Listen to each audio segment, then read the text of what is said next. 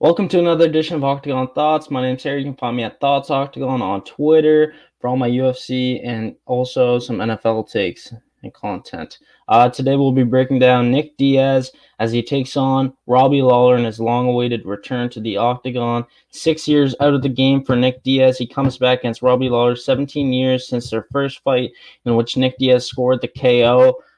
It was an awesome fight for as long as it lasted. Robbie Lawler was a top prospect at that time, and he crashed in that fight against Nick Diaz, who was he wasn't really like a top name at that point. That's one of those fights that took him to the next level and built the star that is and was Nick Diaz. And it's rare that he had the most anticipated fight on a pay-per-view card, and a good one at that, be a fight between two guys that aren't really at the top of their game or unknowns at this point. Robbie Lawler's lost like 4 or 5 straight. I believe his last one was 2017 against Donald Cowboy Cerrone. And then you have Nick Diaz, who hasn't competed since 2015, which was against Anderson Silva, which turned into a no contest due to steroid use and stuff like that. But his last one is 2011 against BJ Penn. So you have two guys here. It's kind of unknowns at this point. I think the more sure product is Robbie Lawler based on the fact that he has been actively competing. Even though it's been over a year, he's the guy that's been in the Octagon most recently a lot of times. And his level, he still has the talent there. In his last few fights, it's just been that he's been more gun shy and he hasn't really been in it. He got dominated by Colby Covington. Everybody gets dominated by Colby Covington outside of Kamaru Usman. And then you have, in his last fight, Neil Magny just didn't throw many punches at all. He couldn't get into that fight mentally. He was just out of it, and he was very gun shy, and he was just getting hit. Neil did what he had to do to win, but it wasn't like it just wasn't Robbie Lawler. It just wasn't the Robbie Lawler we're used to. But then you have Nick Diaz, who's been out the game for 6 years, and so much been going on with him, story after story, whether it's the partying, just him nonstop smoking marijuana, which nothing wrong with that. But at the same time, it's like, has this guy been in the gym? Has he been committed? Is he trying to come back and make a run, or is he coming back to collect a check and just have some fun with the fans inside the Octagon there?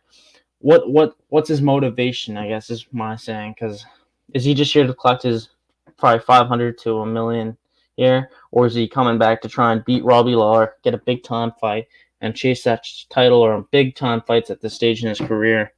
It's very interesting too, because I think either way you slice it, this could be the last fight of one of these guys' careers. If Robbie Lawler wins or loses, I could see it being the end. And if Nick Diaz wins, I'd say he probably fights again. But if he loses, does he really come back? Is there anything that makes sense? So very intriguing fight.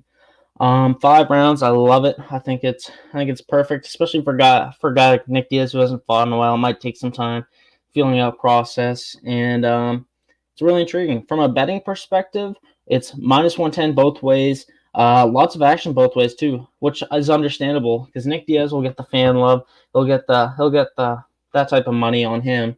And then you have Robbie Lawler, who's more of a sure thing coming into this as a product because he's been competing, he's training hard, all these things about Robbie Lawler. From betting perspective, I'm probably not touching the money line at this stage.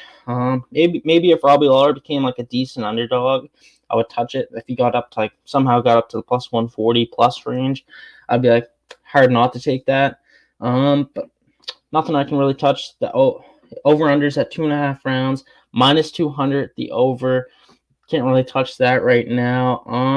I think that would go over. It's a hard time seeing that go under, so maybe I'd parlay that with something at this stage at the -200, but can't really bet that straight up. Not a ton of value.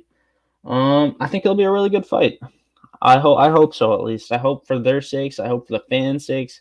I just hope these guys can leave the Octagon happy with what the product they gave, whether it's in terms of level or the competition or just the fun moments for the fans and the exchanges in the Octagon. My official prediction, I'll go Nick Diaz via decision. I think it'll be close fight either way this one goes. I don't see either guy getting blown out per se. Yeah, I'm a fan at heart, so give me Nick Diaz via decision as my official prediction, but I don't feel very confident with anything in this fight with how many unknowns there are. That's another edition of Octagon Thoughts. You can find me at Thoughts Octagon on Twitter, and you can subscribe to the Mayflower Sports YouTube channel below. Please like and leave a comment. Thank you.